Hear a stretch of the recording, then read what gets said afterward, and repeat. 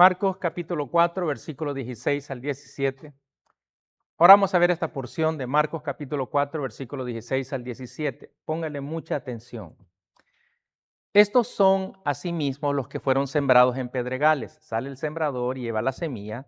Los que cuando han oído la palabra, al momento la reciben con gozo, dice. Pero no tienen raíz en sí, sino que son de corta duración, porque cuando viene la tribulación o la persecución, cosa que se dio en ese tiempo, por causa de la palabra, luego tropiezan, dice. Sí, hermano. Desafortunadamente, los que brotan en pedregales, la explicación que da Jesús, desafortunadamente quiero decirle que es una realidad. Es triste decir esto cuando se trata de nuestros seres queridos que han estado con nosotros cantando a Dios, estudiando su palabra, y con el tiempo después no los vemos. Es triste que nuestros hermanos con los cuales quizás convivimos un tiempo en convivios, estuvimos en el parque, etcétera, entre tantas actividades, llega un momento en el cual ya no están con nosotros. Tanto que se han ido con el Señor o se han ido al mundo, que es lo más probable, lo que está hablando ahora la parábola. Los que oyen la palabra inmediatamente, dice el texto del versículo 16, que la reciben con regocijo, es decir, que están atentos a lo que una predicación se les está dando, la comunicación del evangelio, están poniendo atención, escuchan el sermón, escuchan la clase, escuchan la predicación y la reciben con gozo, se emocionan y tienden a obedecer. Estos reciben enseguida la palabra, dice la Escritura que la reciben con alegría. No se desentienden del mensaje como los representados por la semilla que caen junto al camino. Fíjese bien que algunos podrían decir y criticar en sí la narración porque hay críticas que han hecho algunas personas que dicen cómo se le ocurre a un sembrador poner semillas en suelo duro y cómo se le ocurre a un sembrador poner semillas en pedregales. No, es que caen. Cuando las personas llevaban llenas sus cosas para llevar a sembrar, habían unas que se caían y algunas que quedan allí, obviamente, pero no dan fruto. Son oyentes convencidos. Sí, la doctrina de la palabra de Dios me convence. Sé que estamos en el Nuevo Testamento. Ya no somos parte del Antiguo Testamento. Aquello solo fue para los que seguían a Moisés. Nosotros seguimos a Cristo en el Nuevo Testamento. Nuestro libertador es Jesucristo, no Moisés. Sí, entienden todo eso. Está muy bien. Recibieron la palabra en el momento que fue predicada. Es interesante el énfasis de Marcos a las palabras de Jesús, usando ahí para ello un adverbio que usa en el texto bíblico cuando dice que inmediatamente o al momento, es un adverbio que está usando el evangelista Marcos en esa porción y enseguida que expresa una acción instantánea que hace aquella persona que escucha la palabra de Dios y que la recibe con gozo en su corazón, muy contento. Se diferencian con los del camino junto al campo en que reciben la palabra con satisfacción. Todo indica que el mensaje es aceptado sin más reflexión que en la emoción que producen sus palabras. Generalmente los convencidos son amantes de emociones súbditas. Los convencidos, propensos a manifestaciones de fe, obviamente aparente, que se quedan luego en meras resoluciones, pero con carentes de firmeza. Aquellos que continuamente fallan en la predicación, fallan a transcurso de lo que están en el tiempo que está con nosotros, fallan, prometen, pero no hacen, etcétera, etcétera. Reciben la palabra con un sentimiento y expresan su satisfacción cuando dicen, ese mensaje me gustó. Me tocó mi corazón, me estaba diciendo lo que en realidad yo vivo delante de Dios. Ese mensaje ha llegado a mi corazón, dicen las personas, pronunciando incluso expresiones de compromiso hechas a la ligera porque no han profundizado en lo que se está diciendo, en lo que se está explicando. No profundizan en las cosas de estas. En una frase muy gráfica sobre este tipo de comportamiento, dice el doctor de la Cueva, quien es un escritor, un erudito, dice él así en su libro. Cuando se come sin masticar, no se puede esperar una buena digestión. Y esto lo dice en sentido figurado, que cuando las personas solo lo reciben emocionalmente, se sienten tan emocionados que porque les gustó el mensaje, entendieron, pero no tienen larga duración.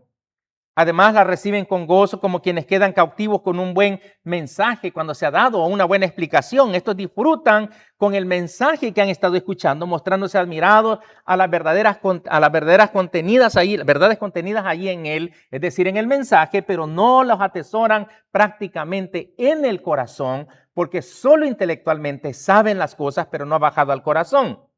Aceptan el mensaje entonces intelectualmente. Es decir, que solo llega a la mente de la persona, pero queda simplemente instalado en su mente sin ninguna consecuencia para la vida, porque no se instaló, obviamente, donde debería de estar, en el corazón, y por tanto no hace vida en ellos. Tal vez tengan apariencia de verdaderos creyentes, pero son meros profesantes solamente. Usted puede ver a este tipo de cristianos que quizás a través de la historia usted les pudo saludar y ellos muy contentos y muy amables. Dios le bendiga, hermano. Que la bendición de Dios sea con usted. Vaya con Dios cuando se despiden. Sean muy amables, está bien que sean así, pero solamente son profesantes de palabras, hermano. Muchas veces ocurre esto entre quienes, siendo personas honestas, tal como ve hijos o ve nietos de buenos creyentes, asisten a las reuniones y disfrutan de un buen mensaje, pero nunca, escuche bien, nunca a veces en estos casos no han nacido de nuevo. No hay un cambio radical. Escuchaba una predicación de un hermano que decía que un cristiano ahí en Santa Bárbara, de los hermanos de los que no son predicadores pero que predican, y estuvo diciendo que nosotros debemos de ser cristianos radicales. Y en realidad él tiene razón en ese sentido. Si me llaman extremistas por las cosas de Dios, gloria a Dios, es mejor. En sus corazones, en este caso, está el germen del pecado que actuará contra la palabra hasta echarla fuera de la mente de esa persona. Retienen la palabra, obviamente, por algún tiempo, aparentando caminar conforme a ella, pero en algún momento dejarán de seguirla. Algo parecido cuando el apóstol Pablo escribe a los Gálatas, específicamente en el capítulo 5, versículo 7, dice el apóstol Pablo en Gálatas 5, 7, vosotros corríais bien. ¿Quién os estorbó para no obedecer a la verdad? Y le está hablando a cristianos que ya eran bautizados, hermano. La iglesia de Galacia era una iglesia de Cristo establecida en esta localidad. Y lo mismo seguía. Así que no tienen raíz, no permanecen. Volviendo a Marcos capítulo 4, verso 17, en la primera parte del verso 17 dice, pero no tienen raíz en sí. No hay raíz. Imagínese uno de los árboles de estos que están acá, de eucaliptos. Usted los ha visto cuando los siembran hacia la orilla de las carreteras, ¿verdad? Pero los eucaliptos tienen un problema, son robles, pero fuertes, gruesos. Los que están ahí en la escuela de la Yo Green, en el parque, yo los toco y les hago así, bien sólidos están. Pero ¿por qué hay vientos que los tiran, hermano? Porque han habido tantos accidentes que le ha caído árboles de estos a personas en los automóviles. Conozco una persona que le cayó uno allá, de los que quitaron cuando está allá la nueva escuela, era que abrieron allá al otro lado donde está el San Juan, al otro lado. Este tipo de árbol no tiene raíces profundas, hermano. Es el único problema de estos árboles, ¿verdad? Fuertes. Y cuando vienen vientos muy recios, algunos los han tirado, ¿no? No hay raíces profundas. Este tipo de personas son gente sugestionable. Reaccionan, obviamente, si hablamos psicológicamente, a las emociones. Y aparentan ser lo que realmente no son. Porque pueden usar un lenguaje muy espiritual, ¿verdad? Que la gloria de Dios sea con usted, hermano. Pueden usar un lenguaje muy espiritual y que usted se siente confortable hasta para platicar con ellos. Marcos habla de un carácter poco estable, pero utiliza el adjetivo que expresa la condición de aquello que dura un cierto tiempo solamente. Es lo que hace Marcos al escribirnos esta porción del texto. El paralelo en cuanto a esta misma narración, el otro escritor llamado Lucas dice que estos crecen en Lucas 8:13. Crecen solo por cierto tiempo. Dice en Lucas capítulo 8, versículo 13, de los sobre la piedra son los que, habiendo oído, reciben la palabra con gozo, pero estos no tienen raíces, creen por algún tiempo y en el tiempo de la prueba se apartan. ¿Sí? Así pasa con ellos. Lo que estropea esa situación es que no tienen raíz en sí, como dice el texto bíblico, por tanto tienen buenas razones para vivir una vida comprometida, pero no tienen resolución para convertirse y por tanto no podían seguir en el camino apropiado porque no han nacido de nuevo, como dice la Escritura, y este es el problema. De otro modo, eran convencidos, pero no habían sido convertidos. No debemos olvidar que solo el que ha nacido de nuevo persevera en la fe, hermano. Y probablemente nosotros seamos uno de ellos, que a pesar de las dificultades que nosotros enfrentemos en la vida, a pesar de todos los problemas que vamos a tener y los que seguirán viniendo, vamos a permanecer en la fe, pese a las circunstancias por muy duras que sean en la vida. De otro modo, no existe fe, no existe entonces en este tipo de terreno firmeza. Donde no hay firmeza, no puede haber entonces perseverancia. Por eso es que muchos de nosotros no están aquí en esta local. Posiblemente eran capaces de establecer buenos propósitos para su vida de acuerdo con las demandas que exige la palabra. Usted sabe que la palabra de Dios le exige, tiene demandas. Esto no lo vayas a hacer, tienes que hacer esto. Esto no vayas a hacer, pero tienes que hacer esto. Hay demandas en la palabra de Dios. Y hay cosas que van en contra de todas nuestras costumbres, que quizás cuando estábamos sin Cristo nos acostumbrábamos y nos adaptamos a hacer cosas que probablemente no sean aprobadas por Dios, pero hay demandas que ya no lo vas a hacer. Imagínese a la persona que acostumbró a tomar, ya no lo vas a hacer. A la persona que acostumbró a fumar, ya no lo vas a hacer. La persona que acostumbró a la droga, ya no lo vas a hacer. Porque hay demandas que Dios da. Estas eran decisiones mentales a las que faltaba el entrar el corazón que les hace vitales, es decir, asumidas a la forma de vida, hermano. Como una planta que brota sin raíces, bien desarrolladas, asoman un tallo hermoso cuando salen estas plantas de una solemne profesión, pero no tienen forma de alimentarla convenientemente porque no hay raíz. Y usted sabe que las raíces, por naturaleza de Dios, los hizo así para poder agarrar el alimento que los va a hacer crecer en la tierra. Y hay piedras de donde van a agarrar alimentos. Por eso hay cristianos así. La raíz es la parte de un árbol que lo hace sólido, no solo para ser el elemento sustantante que tiene que tener un árbol, sino especialmente porque lo sujetan al terreno donde vive. Es mucho más fácil dice una persona que es mucho más fácil hacer mover una piedra que está suelta, simplemente apoyada en el suelo. Mire, allá en mi país hay un lugar de una ciudad que está muy cercana de un pueblecito muy cercano a la frontera de Guatemala. Y hay una pequeña montaña donde hay una piedra bien grande, grande. Pero esa piedra está encima de una montañita. Y esa piedra, así nomás usted no la va a mover. Pero esa piedra está en una posición donde usted la mueve y la piedra se mueve así y está grande y se mueve así. Usted puede subirse arriba de la piedra y moverla y se mueve así. Es la única vez que he visto que las personas pueden mover una piedra, porque de lo contrario, ¿cómo la va a mover? Y no sé, como que está bien desbalanceada en la ubicación donde se encuentra en esa montañita, esa piedra, y está grande. Ahora bien, por eso decimos que es mucho más fácil mover una piedra grande que está suelta, simplemente apoyada en el suelo, que arrancar un árbol que está arraigado convenientemente. Es decir, usted no va a ir como le decía, yo he tocado esos árboles, están sólidos. Yo sé que al árbol ni cosquilla le hago, que le muevo así, no, están altos, gruesos, grandes, aunque tienen poca raíz, pero no se pueden mover así nomás, hermano. Al acercarse a la parábola, se aprecia también que el lugar donde se desarrolla esa aparente vida espiritual es dura.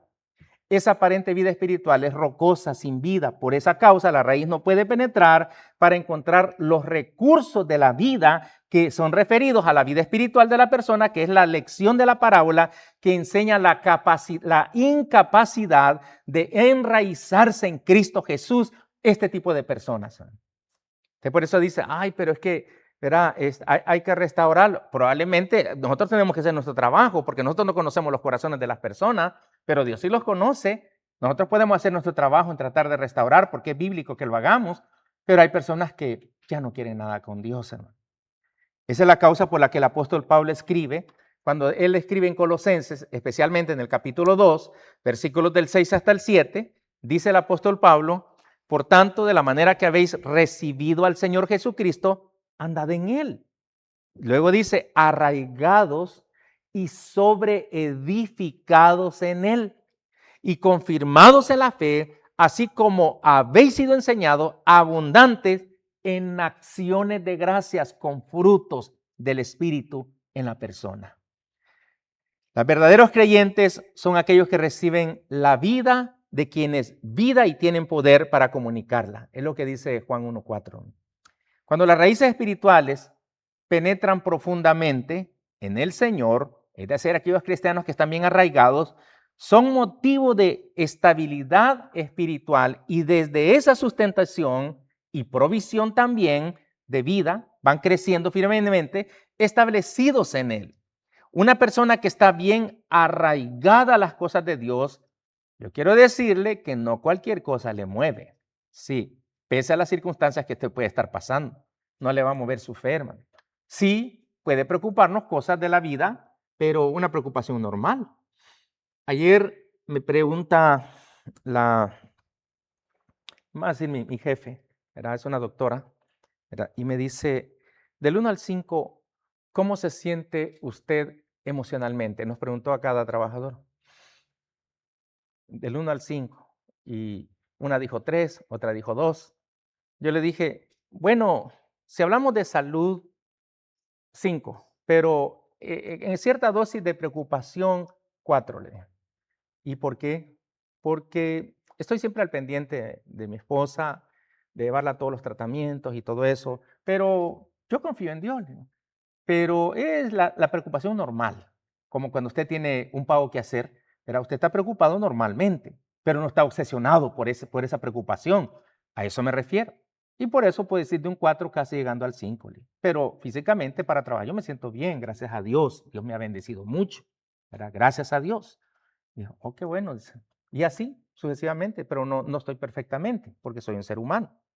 Por eso, en cuestiones espirituales, a veces así pasa también en la vida cristiana. El tiempo de la alegría da paso al de la prueba, que es producida por aflicciones y producida por persecuciones de lo que sucedió en el primer siglo por causa de la palabra.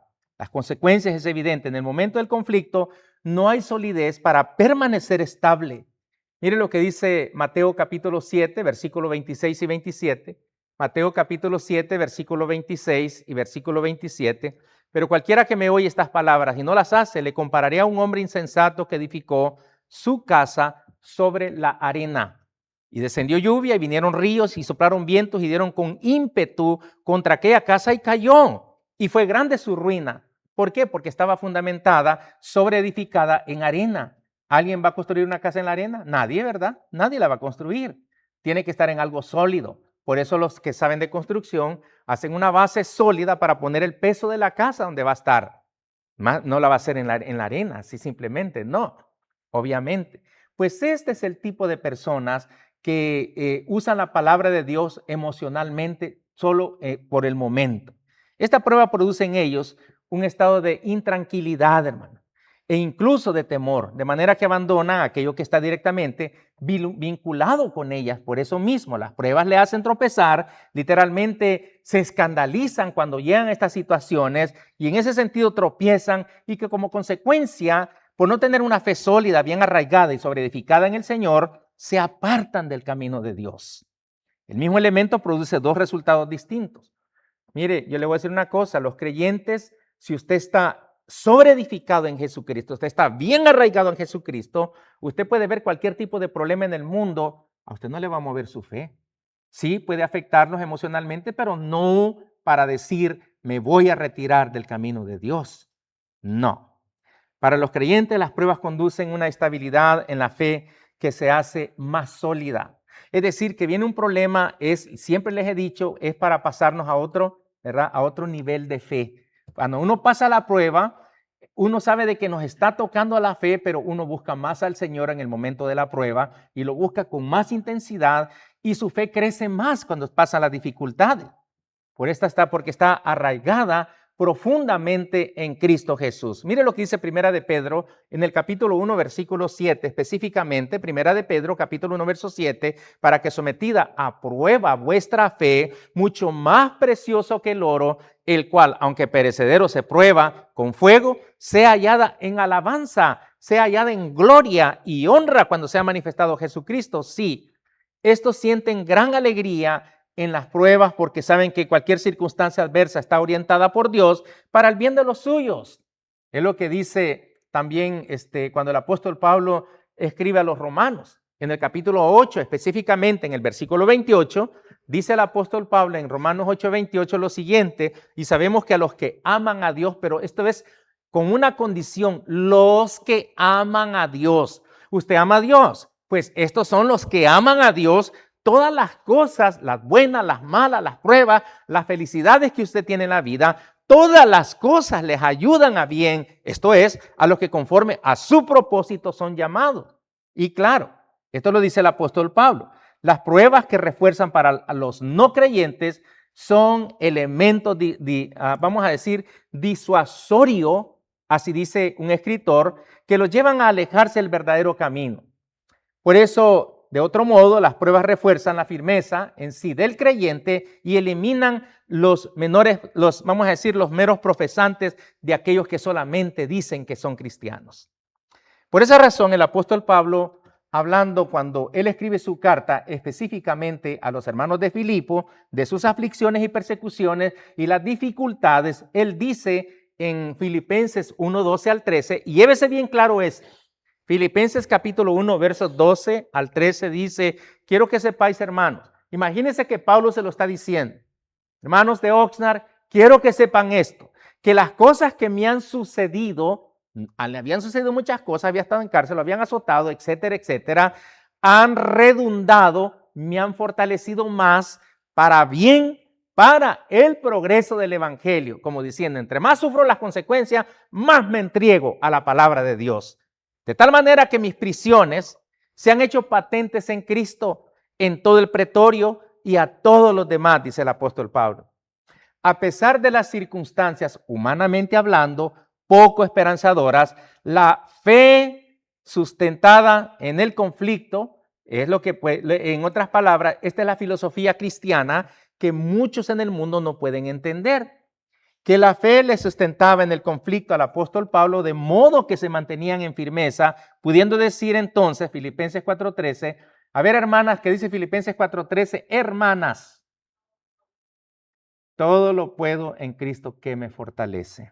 Las pruebas, las dificultades, las persecuciones son la mejor forma para dejar en la iglesia solo a los verdaderos cristianos, hermanos. Sí. Los verdaderos cristianos aprenden a enfrentar el problema y a veces son muy difíciles, pero las aprenden a enfrentar, hermano.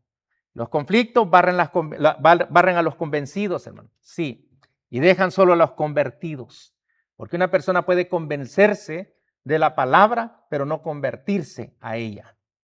Aunque la parábola tiene que ver con el fruto o la ausencia del mismo, orientada a la predicación de la palabra, que en gran medida en el contexto que está presentando Marcos capítulo 4, en este pasaje, está vinculada a la predicación del evangelio del reino que se predicaba en ese tiempo. No cabe duda que tiene también una aplicación a los creyentes en relación al oír la palabra de Dios. Sí, hay algunos cristianos que son muy semejantes en su comportamiento al de las semillas sembradas sobre pedregales. Sí, usted lo va a ver, ¿verdad? Esto se oye en la palabra, como decíamos, la reciben con gozo, muy entusiasmadamente, ¿verdad? Están escuchando, les convenció solamente aquella predicación, entienden que es lo que necesitan para la vida victoriosa y las emociones entonces se despiertan y la admiración se produce en ellos. ¡Uy, qué bonito mensaje! Yo no había escuchado un mensaje y tanta explicación como esta. Usted puede estar diciendo una cosa semejante.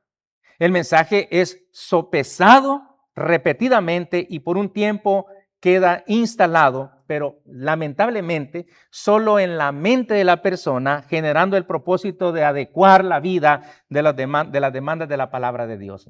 Y por eso, como no baja al corazón, no hay convicción en ella. Pero con el paso del tiempo, No se produce una situación de obediencia en sí, no hay una entrega total a las cosas de Dios, es decir, no ponen en práctica lo que les gustó y lo que habían escuchado. Son cristianos emotivos que aparece incluso que están dispuestos a adelantarse a quienes realmente son comprometidos en el mensaje que Dios envía a los corazones de muchas personas. Hasta nos queremos adelantar de ellos. El final es triste porque no son capaces de mantenerse con la firmeza que Dios espera de llevar una vida consagrada ante las dificultades, ante las pruebas que se van a tener. Yo le digo, como decía mi maestro, y dice en la Biblia también, no soy profeta ni hijo de profeta, pero usted va a tener dificultades, al igual que yo. En lo que resta de nuestra vida vamos a tener dificultades, porque son parte de la prueba de nuestra fe. Es parte de la vida que nosotros tenemos. Que levante la mano el que nunca ha tenido problemas para apretar un botón, ¿verdad? Todos hemos tenido dificultades, hasta los jóvenes en las escuelas, ¿verdad? Hay dificultades, hermano. Por eso, para ellos las demandas son imposibles de llevar a cabo. Entonces, en un mundo de oposición y un mundo de rechazo, hermano, sí, no están dispuestos a pagar el precio de que la felicidad y la palabra exige, demanda en cada uno de nosotros. Debe tenerse en cuenta que cualquier creyente que quiera vivir conforme a la palabra padecerá ciertas dificultades. El texto que nosotros tenemos en Tito capítulo 3, verso 12, dice que padecerá persecución. Tito capítulo 3, versículo 12, cuando envía a ti, a Artemas o a Tíquico, apresúrate a venir a mí, a Nicópolis, porque allí se ha determinado pasar el invierno. Segunda de Timoteo capítulo 3, verso 12. Digo Tito, segunda de Timoteo capítulo 3, verso 12. Dice, y también todos los que quieren vivir piadosamente en Cristo Jesús, ¿usted quiere vivir piadosamente en el Cristo? Padecerán persecución de diferente situación. Y obviamente que en el primer siglo lo que se avecinaba era una persecución masiva por parte de estas personas que se oponían a la prédica del Evangelio, de predicar otro rey. Aparte del César, se predicaba un rey espiritual. Y esto no le pareció al gobierno romano. No están dispuestos a pagar el precio de la fidelidad, por ejemplo, de la palabra que exige a nosotros. No, yo no quiero sufrir. Para ser cristiano y voy a sufrir, mejor no soy cristiano. No quieren pagar el precio. Man. Debe tenerse en cuenta que cualquier creyente que quiera vivir conforme a la palabra de Dios va a padecer dificultades. Y sin embargo, el compromiso del creyente pasa para asumir la fidelidad a la palabra aún a costa de la vida, ¿no? Como se escribió allá en Apocalipsis, específicamente en el capítulo 2, en el versículo 10, sé fiel hasta o enfrente, como dice en el griego, enfrente de la muerte. Dice, no temas en nada lo que vas a padecer. Imagínese usted, póngase en las sandalias de la iglesia a la cual se le dijo esto. Dice allí, no temas en nada lo que vas a padecer. Se los está advirtiendo, les está advirtiendo el camino. He aquí el diablo echará a algunos de vosotros en la cárcel. Y usted sabe el sufrimiento que había en esos tiempos de llegar a una cárcel tan inhóspita, no como las de ahora que tienen aire acondicionado, tienen hasta televisores donde pueden ir a comer y ver televisión y les sirven de comer. No, ahí no había de eso. No. Dice, el diablo echará a algunos de vosotros en la cárcel para que seáis probados y tendréis tribulación por 10 días, una manera de decir, sé fiel, enfrente de la muerte, dice en el griego, hasta la muerte, y yo te daré la corona de la vida. No vas a ser fiel solamente unos días, unos meses, algunos años, sino hasta que te mueras o enfrente de la muerte, hasta allí tienes que ser fiel. Por eso mismo los grandes árboles no alcanzaron su dimensión, en este caso, en pocos días. Solo la hierba del campo o los juncos de pantano crecen aparatosamente, pero también se extinguen pronto. Mira, una hierba no dura mucho tiempo. Si nos molesta cuando andamos cortando la yarda, en este caso queda un pedazo de yarda yo, y veo la hierba y ando arrancándola. Y crece, a los días crece otra por allí, y se molesta, pero no dura mucho tiempo, ¿no? Es también cierto que un árbol que ha nacido y ha crecido en un jardín rodeado de cuidados, con alimento abundante y buena tierra, sin estar expuesto a los azotes temporales y vientos recios, como suele suceder muchas veces, que lo sacudan, es más débil que uno que ha nacido en la montaña, donde ha sido azotado por vientos y sujetos a las inclemencias del tiempo, porque está adaptado a esos climas y tiempos, etcétera. No es como estos. Estos árboles que crecen en lugares difíciles se sostienen en medio de todos los temporales. Cuando usted mira en las montañas, ¿verdad? Porque sus raíces se han incrustado poderosamente, ¿verdad? Hasta llegar a lo más profundo y se sostienen. Mire cuando vienen los huracanes, hay palmeras que hasta las acuesta, se vuelven a parar otra vez. ¿Qué tal los cristianos haciendo? Que pueden estar casi dominarnos, pero no nos dominan. Nos volvemos a enderezar otra vez. ¿Qué tal si fuéramos los cristianos haciendo? Los árboles en las montañas, cuando hay huracanes, se mueven, pero se vuelven a enderezar. Qué bueno, ¿verdad? Que los cristianos fuéramos así también. Dificultades a las cuales nos pueden poner en aprietos, pero seguimos frente y firmes al Señor. Por eso las pruebas son concepciones de la gracia para el que tiene verdaderas raíces bien, las establezca cada vez más en Cristo y sean sostenidas continuamente en Él y por Él. Tropiezan cuando se enfrentan con la tribulación, con la persecución, con la tentación, entre tantas otras cosas, ¿verdad? Como dice la Escritura, y esta tierra representa a los que creen y obedecen, pero no duran mucho tiempo en la iglesia. Por eso usted dice, bueno, hermano, y aquel hermano que era bien constante, sí, ya no está, ya no está. No, hermano. ¿Cuál es la aplicación que nosotros podemos tener para hoy en nuestra vida, hermano? Muchos oyen la palabra, la reciben con gran gozo, como dice Marcos. Son rápidos para obedecer el evangelio. Parece que van a ser de los buenos. Y cuando se bautizan, quieren hasta predicar, ¿verdad? Quieren dirigir la cena, quieren estar orando, quieren hacer todas las actividades que todos hacen y de repente se esfuman, man. Son entusiastas, encendidos, entre comillas, en el Señor. Pero su fe es superficial. Su gozo solo es el resultado psicológicamente de la emoción. Sí, solo están emocionados, no están firmes en la palabra. Y cuando hay problemas, no hay resistencia y viene el tropiezo. Esta tierra representa a los cristianos dominados más que por la emoción, que por la palabra de Dios. Yo siempre he tomado como un acto de cobardía. Cuando nosotros pasamos dificultades acá, hace algunos años, y estoy hablando hace como casi 25 años, pasamos dificultades acá bien serias, ¿verdad? Tuvimos al frente un grupo de hermanos el cual nos apoyaron para enfrentar la situación. Pero hubieron unos que dijeron, no, si está en la iglesia, yo mejor me voy, estaba mejor en el mundo. Esos son esos, que se miraban bien fervorosos, pero en el momento de la batalla dejan a sus demás soldados peleando y ellos se van como cobardes, hermano. Así es, hermano. Y así ha pasado a través de la historia, ¿no?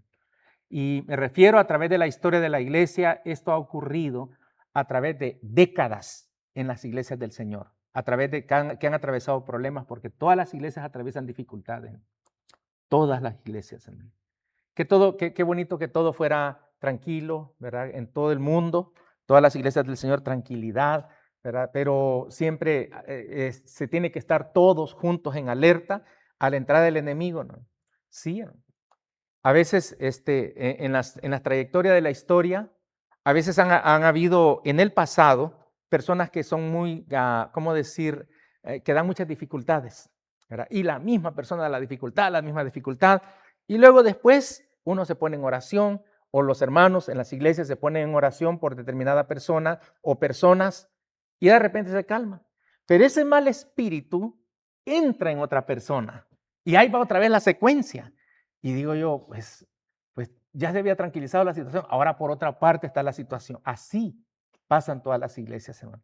Yo le digo porque yo platico con los cristianos, con muchos hermanos, y hay dificultades en todo el mundo, hermano, en todas las iglesias, porque Satanás no se duerme, hermano. Él quiere ver la iglesia destruida, quiere que no haya unidad en la iglesia. Y a Satanás le fascina ver los hermanos así. Pero nosotros no le vamos a dar gusto, obviamente. Nosotros como iglesia de Cristo vamos a batallar, a pelear, por mantener la unidad, la paz, la tranquilidad, la vida espiritual de cada uno de nosotros, para edificarnos en su palabra, para crecer en su palabra, para seguir adelante en su palabra, porque para eso nos ha llamado Dios. Dios tiene demandas para cada uno de nosotros, ¿no? Y debemos de saberlas, cumplir aunque nos cuesten. Cuando a veces me dejaban tareas en la escuela, a mí me gustaba hacer tareas donde tenía que dibujar. y me pidieron que dibujara un prócer, es decir, se llama Manuel José Arce, era uno de los próceres, era que estuvieron en el país, era hace muchos años, y me pidieron que lo dibujara. Y dibujarlo no estaba fácil. Y yo digo, pero lo tengo que hacer, lo tengo que hacer. Y estaba ahí con su traje, de esos trajes antiguos, con esas espadas, ¿verdad? Larguitas que habían en ese, y con los pantalones pegados, blancos, ¿verdad? Y de abajo rectos, ¿verdad? Y con unos trajes así, con unas cosas aquí. Y tenía que dibujar, aunque tardara como 3, 4 horas, pero lo tenía que hacer. Y lo hice, hermano. No era exacto, pero parecido. ¿Verdad? Pero lo que le quiero decir es que hay pruebas, como en las escuelas, en muchas cosas, donde uno tiene que pasar ciertas pruebas que son desafíos que uno tiene que hacer. Pues en la vida cristiana es lo mismo. Vamos a enfrentar desafíos, situaciones a veces difíciles, no muy gratas, pero las vamos a enfrentar. Son parte del paquete de la vida cristiana en la cual tenemos que nosotros que pasar en esta vida, esperando de que nosotros no seamos de este tipo de tierra. Es decir, que haya piedras, ni tampoco allá donde cae en el camino. En la próxima ocasión, por causa del tiempo, estaremos entrando en la tierra con espinos. Y vamos a ver qué es lo que explica Jesús, qué es lo que produce este tipo de tierra donde hay espinos y donde cae la semilla, y cuál es el desarrollo que lleva una semilla y que empieza a crecer en medio de espinos. Y el Señor da la respuesta bíblicamente allí, en el texto específicamente en el versículo 18. Y después estaremos viendo la buena tierra, esperando de que todos los presentes seamos de ellos, de la buena tierra. Bueno, quiero quedarme hasta acá, ¿verdad? Ya faltan unos minutos y el tiempo se acabó. Dios me les bendiga a todos y Dios bendiga a los hermanos ahí en Facebook también, ¿verdad? Esperando en la próxima transmisión, ¿verdad? Para los que están, siempre se conectan y comparten también. Dios les bendiga a todos.